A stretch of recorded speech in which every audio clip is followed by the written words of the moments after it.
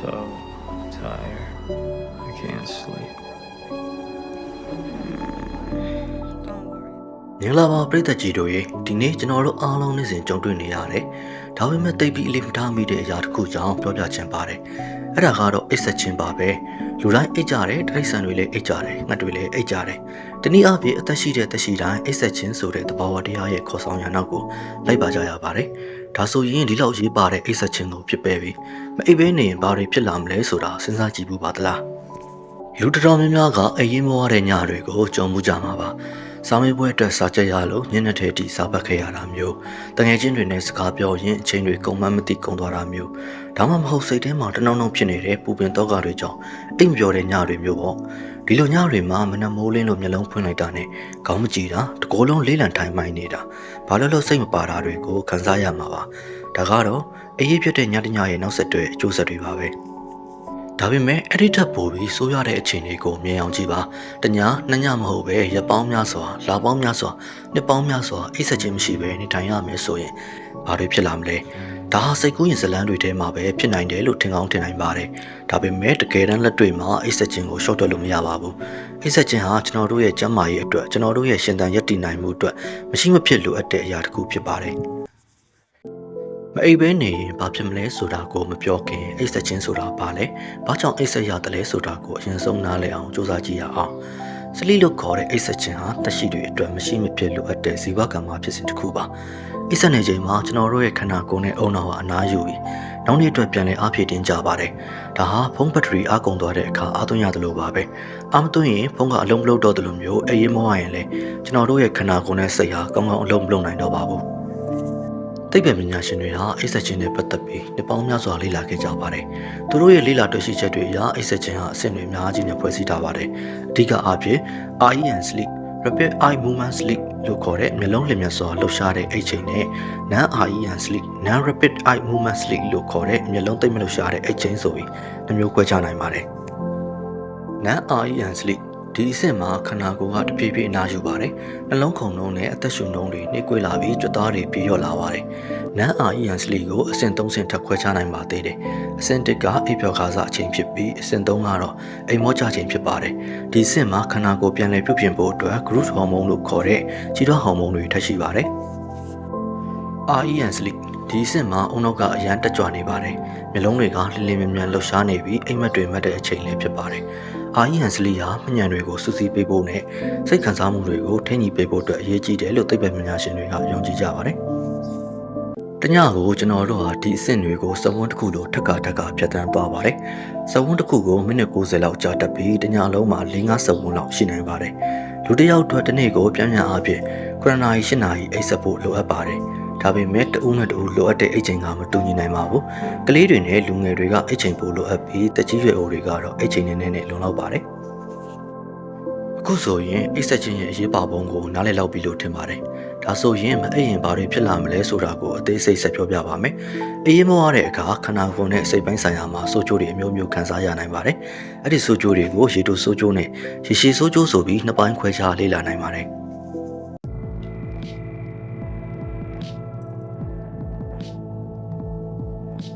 မညံနဲ့အာယုံစူးစိုက်နိုင်စွမ်းကြဆင်းခြင်းအေးမောရတဲ့အခါအုံနောက်ရဲ့လှုပ်ဆောင်နိုင်စွမ်းတွေညော်နေသွားပါတယ်အထူးသဖြင့်မှညံနဲ့အာယုံစူးစိုက်နိုင်စွမ်းတွေပိုပြီးထိခိုက်ပါတယ်စာတင်သားတွေဆိုရင်စာမင်ရတာအလုပ်လုပ်တဲ့သူတွေဆိုရင်အလုပ်မှာအမားတွေများလာတာမျိုးတွေကြုံတွေ့ရနိုင်ပါတယ်လိလာမှုတွေအရာအေးပြတ်တဲ့အခါအယံမူးနေတဲ့အခြေအနေနဲ့ဆင်တူတဲ့အုံနောက်ရဲ့တုံ့ပြန်မှုနှိကွေးခြင်းမျိုးဖြစ်တတ်တယ်လို့ဆိုပါတယ်စိတ်ခံစားမှုပြောင်းလဲလွယ်ခြင်းအေးမောတဲ့အခါစိတ်တူလွယ်တာစိတ်တက်ကြတာစိုးရင်ပူပန်တာစတဲ့စိတ်ခံစားမှုတွေဖြစ်ပေါ်လာနိုင်ပါတယ်ဒေါသကိုတင်းကျုပ်ရခက်လာပြီးစိတ်လုံးမကြတာတွေစိတ်မရှိတာတွေပိုဖြစ်လာတတ်ပါတယ်တခါတလေဘာမဟုတ်တဲ့ကိစ္စလေးနဲ့စိတ်ဆိုးဒေါသထွက်တာမျိုးတွေလည်းဖြစ်တတ်ပါတယ်ကိုယ်ကအားစနစ်အားနေခြင်းအေးပြတ်တဲ့အခါကိုယ်ကအားစနစ်ကအားနေလာပြီးယောဂါတွေအလွယ်တကူကူးစက်နိုင်ပါတယ်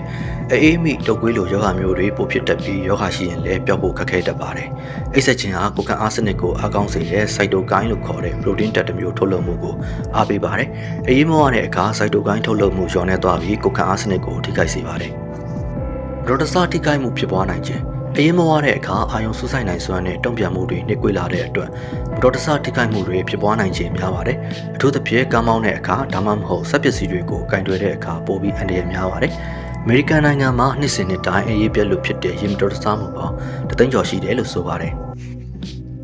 ရုပ်ပိုင်းဆိုင်ရာကျန်းမာရေးပြဿနာများအရေးမဝတဲ့အခါခေါင်းကိုက်တာကြွက်သားတွေနာကျင်ကိုက်ခဲတာအစာစားခြင်းစိတ်ပြောင်းလဲတာအမြင်အာရုံဝေဝါးတာစတဲ့ရုပ်ပိုင်းဆိုင်ရာပြဿနာတွေလည်းခံစားရနိုင်ပါတယ်အစာစားခြင်းစိတ်ပြောင်းလဲတာကတော့ ghrelin လို့ခေါ်တဲ့အစာစားခြင်းစိတ်ကိုဖြစ်ပေါ်စေတဲ့ဟော်မုန်းပမာဏများလာပြီး leptin လို့ခေါ်တဲ့ဗိုက်ပြည့်တဲ့ခံစားချက်ကိုဖြစ်စေတဲ့ဟော်မုန်းပမာဏနည်းသွားလို့ဖြစ်ရတာပါဒါကြောင့်အရေးမဝတဲ့အခါအဝလွန်တာဒါမှမဟုတ်ကိုယ်အလေးချိန်တက်လာတာမျိုးဖြစ်နိုင်ပါတယ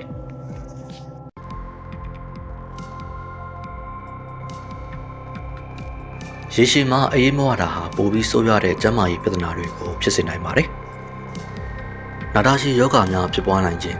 အရေးမဝတာကိုရေရှည်ကြာရှည်ခံစားရမယ်ဆိုရင်နှလုံးယောဂ၊သွေးတိုးယောဂ၊စီးကျိုယောဂ၊လေပြတ်ယောဂနဲ့ကင်ဆာယောဂလိုနာတာရှည်ယောဂတွေဖြစ်ပွားနိုင်ခြင်းပိုများပါတယ်။အိပ်စက်ခြင်းဟာခန္ဓာကိုယ်ရဲ့လုပ်ငန်းဆောင်တာတွေကိုထိန်းညှိပေးတဲ့နေရာမှာရေးပါတဲ့အခန်းကဏ္ဍကပါဝင်ပါတယ်။အရေးပြတ်တဲ့အခါဒီလုပ်ငန်းဆောင်တာတွေပုံမှန်အတိုင်းမလည်ပတ်နိုင်တော့ပဲယောဂတွေဖြစ်လာနိုင်ပါတယ်။စိတ်ကျန်းမာရေးပြဿနာမျာ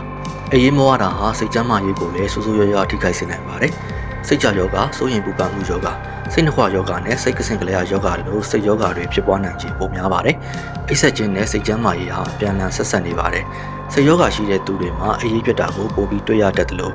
့အရေးပြတ်တာကလည်းစိတ်ယောဂကိုပိုဆိုးရစေနိုင်ပါတယ်။အိပ်စက်ခြင်းဟာဟော်မုန်းထုတ်လွှတ်မှုကိုထိန်းညှိပေးတဲ့နေရာမှာလည်းအရေးကြီးပါတယ်။အရေးမဝတဲ့အခါကော်တီဇောလို့ခေါ်တဲ့ stress hormone ပမာဏများလာပြီး growth hormone နဲ့ melatonin လို့ခေါ်တဲ့အိပ်စက်ခြင်းကိုထိန်းညှိပေးတဲ့ဟော်မုန်းပမာဏတွေလျော့နေသွားနိုင်ပါတယ်။ဟော်မုန်းမညီမျှခြင်းဟာခန္ဓာကိုယ်ရဲ့လုပ်ငန်းဆောင်တာတွေကိုအမျိုးမျိုးထိခိုက်စေနိုင်ပါတယ်။လေ့လာမှုတွေအရအရေးမဝတဲ့သူတွေဟာအရေးဘဝအိတ်တဲ့သူတွေထက်အသက်တိုနိုင်ခြင်းပိုများပါတယ်။အိပ်စက်ခြင်းဟာကျန်းမာရေးအတွက်အရေးပါတဲ့အခြေခံအချက်တစ်ချက်ဖြစ်ပြီးအိပ်စက်ခြင်းကိုလျှလျူရှုတာဟာကျန်းမာရေးကိုထိခိုက်စေပြီးအသက်ကိုပါတိုးစေနိုင်ပါတယ်။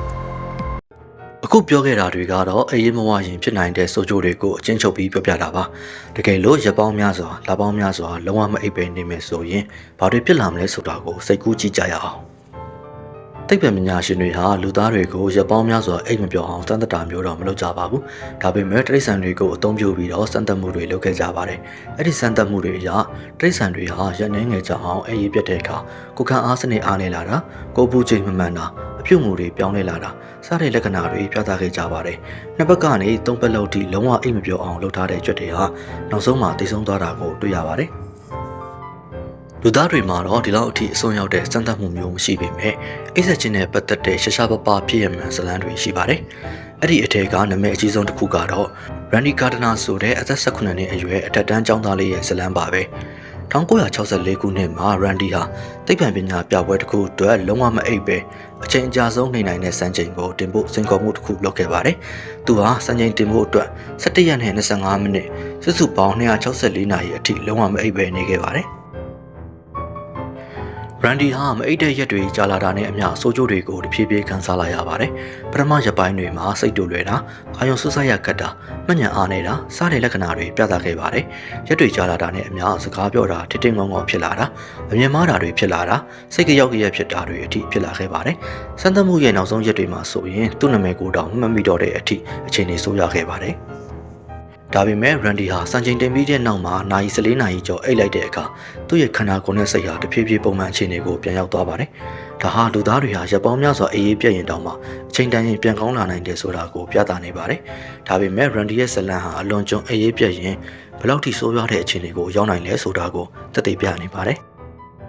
အလုံးကျွန်းအေးပြတ်တဲ့အခါနောက်ဆုံးမှာဘာဖြစ်လာမလဲဆိုတာကိုတိတိကျကျပြောဖို့ခက်ပါတယ်။ဘာဖြစ်လို့လဲဆိုတော့လူသားတွေကိုရက်ပေါင်းများစွာအိမ်မပြောအောင်လုပ်ပြီးစမ်းသပ်တာမျိုးကမဖြစ်နိုင်သလိုလူသားတွေမှာရက်ပေါင်းများစွာအေးပြတ်ပြီးဒီဆုံးတဲ့ဖြစ်ရမျိုးကလည်းအလွန်ရှားပါလို့ပါပဲ။ဒါပေမဲ့တိရစ္ဆာန်စမ်းသပ်မှုတွေနဲ့ Randy ရဲ့ဇာတ်လမ်းတွေကိုကြည့်ချင်းအဖြစ်အလွန်ကျွန်းအေးပြတ်တဲ့အခါဖြစ်နိုင်တဲ့နောက်ဆုံးအခြေအနေတွေကိုခံမှန်းနိုင်ပါတယ်။ကိုယ်ရေးအင်္ဂါများပျက်စီးခြင်းအိပ်စက်ခြင်းဟာခန္ဓာကိုယ်ရဲ့လုပ်ငန်းဆောင်တာတွေကိုထိန်းညှိပေးတဲ့နေရာမှာအရေးပါတဲ့အခန်းကဏ္ဍကပါဝင်ပါတယ်။အရေးပြတ်တဲ့အခါဒီလုပ်ငန်းဆောင်တာတွေပုံမှန်အတိုင်းမလည်ပတ်နိုင်တော့ပဲနှလုံးအသေးကြောက်ကစတဲ့ကိုယ်ရေးအင်္ဂါတွေပျက်စီးလာနိုင်ပါတယ်။တိရစ္ဆာန်စမ်းသပ်မှုတွေမှာအရေးပြတ်တဲ့ကြွက်တွေဟာကိုယ်ရေးအင်္ဂါတွေပျက်စီးပြီးသေဆုံးသွားတာကိုတွေ့ရပါတယ်။ အုံနောက်လုပ်ငန်းဆောင်တာများရပ်တန့်ခြင်းအိပ်စက်ခြင်းဟာအုံနောက်ရဲ့လုပ်ငန်းဆောင်တာတွေကိုထိန်းသိမ်းပေးတဲ့နေရာမှာလည်းအရေးကြီးပါတယ်။အရေးဖြစ်တဲ့အခါအုံနောက်ဆဲတွေပျက်စီးလာနိုင်ပြီးအုံနောက်ရဲ့လုပ်ငန်းဆောင်တာတွေတဖြည်းဖြည်းရပ်တန့်သွားနိုင်ပါတယ်။ရန်ဒီရဲ့ဇလန်မှာအရေးဖြစ်တဲ့နောက်ဆုံးရက်တွေမှာသူ့ရဲ့အုံနောက်ဟာကောင်းကောင်းအလုပ်မလုပ်နိုင်တော့တာကိုတွေ့ရပါတယ်။သေဆုံးခြင်းအလွန်ကြုံအရေးပြတ်တဲ့အခါနောက်ဆုံးမှာသေဆုံးနိုင်ခြင်းရှိပါတယ်။တိရစ္ဆာန်ဆန်းသတ်မှုတွေမှာအရေးပြတ်တဲ့ကြွက်တွေဟာနောက်ဆုံးမှာသေဆုံးသွားတာကိုတွေ့ရပါတယ်။လူသားတွေမှာတော့ဒီအထိအဆုံးရောက်တဲ့ဖြစ်ရမျိုးအလွန်ရှားပါပေမဲ့မဖြစ်နိုင်ဘူးလို့တော့ပြောလို့မရပါဘူး။အရေးပြတ်ခြင်းရဲ့စိုးကျိုးတွေကိုသိပြီးတဲ့နောက်မှာအရေးပြတ်ခြင်းကိုဘယ်လိုကာကွယ်မလဲဆိုတာကိုလည်းသိထားဖို့လိုအပ်ပါတယ်။အရေးပြတ်ခြင်းကိုကာကွယ်နိုင်ဖို့အတွက်အဓိကအချက်၃ချက်ရှိပါတယ်။ပုံမှန်အိတ်ချိန်စရာနေတိုင်းတစ်ချိန်နဲ့အိယာဝင်ပြီးတစ်ချိန်နဲ့အိယာထားပါအားလရက်တွေမှာလည်းပုံမှန်အိတ်ချိန်စရာကိုတက်နိုင်သမျှထိမ့်သိမ်းပါခန္ဓာကိုယ်ရဲ့ဇီဝနာရီကိုချိန်ကြီးပေးနိုင်ဖို့အတွက်ပုံမှန်အိတ်ချိန်စရာကအရေးကြီးပါတယ်တတောင့်တတအိတ်ဆက်နိုင်တဲ့ပတ်ဝန်းကျင်အိတ်ခမ်းကိုမှောင်မဲပြီးတိတ်ဆိတ်ငြိမ်သက်တဲ့နေရာဖြစ်အောင်ဖန်တီးပါအိယာနဲ့ကောင်းအောင်ကိုတတောင့်တတဖြစ်အောင်ရွေးချယ်ပါအိတ်ခမ်းရဲ့အပူချိန်ကိုလည်းတင့်တော်တဲ့အနေအထားမှာထားပါကျန်းမာတဲ့အိတ်ဆက်ခြင်းအလေးထားညဘက်ကော်ဖီလက်ဖက်ရည်အရက်စတာတွေတောက်တာကိုရှောင်ပါညစာကိုလေးလေးလံလံမစားပါနဲ့အိယာမဝင်ခင်ဖုန်းတက်ဘလက်ကွန်ပျူတာစတဲ့ electronic ပစ္စည်းတွေကိုအသုံးမပြုပါနဲ့နေ့ဘက်မှာလေ့ကျင့်ခန်းပုံမှန်လုပ်ပါဒါပေမဲ့အိယာမဝင်ခင်လေ့ကျင့်ခန်းမလုပ်ပါနဲ့ပရိသတ်ကြီးတို့ခင်ဗျာဒီနေ့ကျွန်တော်တို့ဟာအိမ်မပြော့ရင်ဘာဖြစ်မလဲဆိုတဲ့ခေါင်းစဉ်အောက်မှာအိတ်ဆက်ခြင်းရဲ့အရေးပါပုံနဲ့အရေးပြခြင်းရဲ့အဆိုးကျိုးတွေကိုအကျယ်တဝင့်ဆွေးနွေးခဲ့ကြပါတယ်အိတ်ဆက်ခြင်းဟာကျွန်တော်တို့ရဲ့ကျန်းမာရေးအတွက်ကျွန်တော်တို့ရဲ့ရှင်သန်ရည်တည်နိုင်မှုအတွက်မရှိမဖြစ်လိုအပ်တဲ့အရာတစ်ခုဖြစ်ပါတယ်အရေးမဝတဲ့အခါရေတို့ရောရေရှည်မှာပါဆိုးကျိုးတွေအမျိုးမျိုးခံစားရနိုင်ပြီးအလွန်ကျွံအရေးပြတဲ့အခါနောက်ဆုံးမှာသေဆုံးတဲ့အထိဖြစ်နိုင်ပါတယ်ဒါကြောင့်ကျမပျော်ရွှင်တဲ့ဘဝကိုပန်းဆိုင်လို့လဲဆိုရင်အိတ်ဆက်ခြင်းကိုဂရုစိုက်ပါတနေ့ကို9နာရီ10နာရီအိတ်ဆက်ဖို့အချိန်ပေးပါပုံမှန်အိတ်ခြင်းစရာကိုထိမ့်သိမ်းပါတထောင်သက်သာအိတ်ဆက်နိုင်တဲ့ဘဝန်းကျင်ကိုဖန်တီးပါကျမတဲ့အိတ်ဆက်ခြင်းအလေးထားတွေကိုလိုက်နာပါအိတ်ဆက်ခြင်းကိုဂရုစိုက်ခြင်းအားဖြင့်ကျွန်တော်တို့ဟာပိုပြီးကျမတန်ဆွမ်းတဲ့ပိုပြီးတက်မြတ်တက်ကြွတဲ့ဘဝကိုပိုင်ဆိုင်နိုင်မှာဖြစ်ပါတယ်ကျေးဇူးတင်ပါတယ်